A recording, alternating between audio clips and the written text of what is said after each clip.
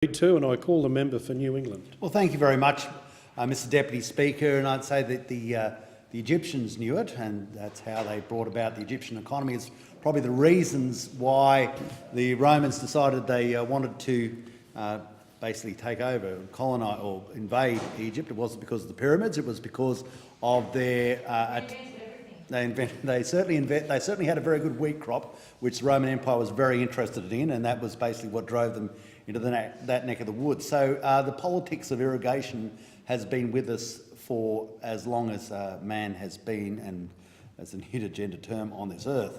What we've also noted that it's in the growth of our nation, whether it's Sydney with Warragamba Dam or Brisbane with Wivenhoe Dam, or remember the applications going through for the expansion of the water storage for Canberra to go from 4,000 to 80,000 gigs. We have got to have water storage if you're going to have irrigation. If you don't believe in building water storages, if you don't believe in building dams, then it just makes sense. You will not have irrigation.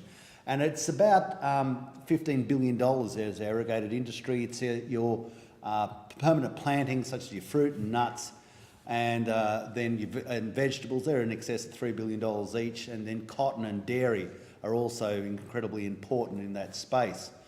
It is without a shadow of a doubt that in Australia, which is the driest inhabited continent on earth, that if you don't have irrigation, then land that could be worth $25,000, $30,000 an acre, or in some instances maybe $15,000 to $20,000 an acre, will go down to $1,000 or maybe less than $1,000 an acre, because without water it has a much more reduced value. So water is wealth, and we have to drive forward. It's incredibly frustrating in this place that every time you go to build water storage, someone comes up with some reason why you can't do it.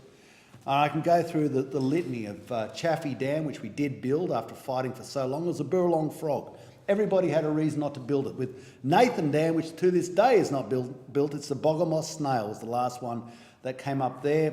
With the expansion of Warragamba Dam, it's a Regent Honeyeater. For a Connell Creek Dam, I think it was a scaly skink that stops it. You name the dam, I'll tell you the environmental problem is apparently as to why they can't build it. And this, of course, is a dip of the lid. It's worshipping the god of inertia, which believes that somehow you can attain wealth without actually developing the country. We have so much more knowledge now of environmentally sustainable irrigation, and it primarily revolves around what they call end-of-valley flows, and what is a reasonable amount of water to extract and what is an unreasonable amount of water to extract, and how you keep the biota of the river in a sustainable form by reason of letting enough through. And what we also note with irrigation, of course, is that by reason of the regulation that a body of water has to move through the water course, and in a time such as these, such as droughts, where the riverbeds would be completely and utterly dry, below regulated dams you'll still find water flowing, and therefore the capacity of, because the water brings life, the capacity for the environmental regeneration is so much better, and that is just a fact because there is water in the river. In the Northern Territory, of a different form of irrigation, it predominantly relies on things such as aquifers, and getting the CSIRO to get proper understanding of that aquifers is incredibly important.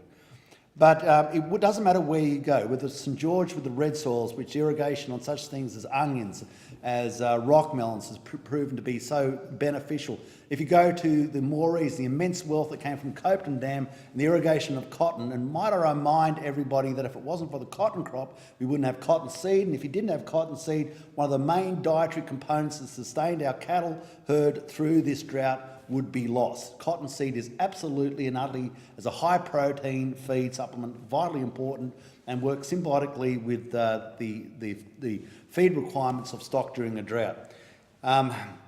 In Stanthorpe, it's on granite soils, and granite soils you see the permanent planting, and even there now we're trying to drive the Emu Swamp Dam. So I hope, and unfortunately when the Labor Party was always going to take money out of our dams portfolio, and I heard before about what we're doing in the Tasmanian Midlands. I was happy to be down there to open part of that, to put federal money towards the development of that, to bring wealth into the Midlands of Tasmania.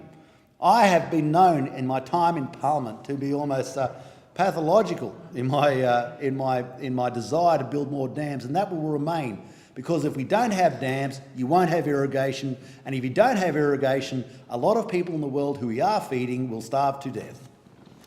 I thank the member for New England for his contribution. The question is that the motion be agreed to, and I call the member for Lalor.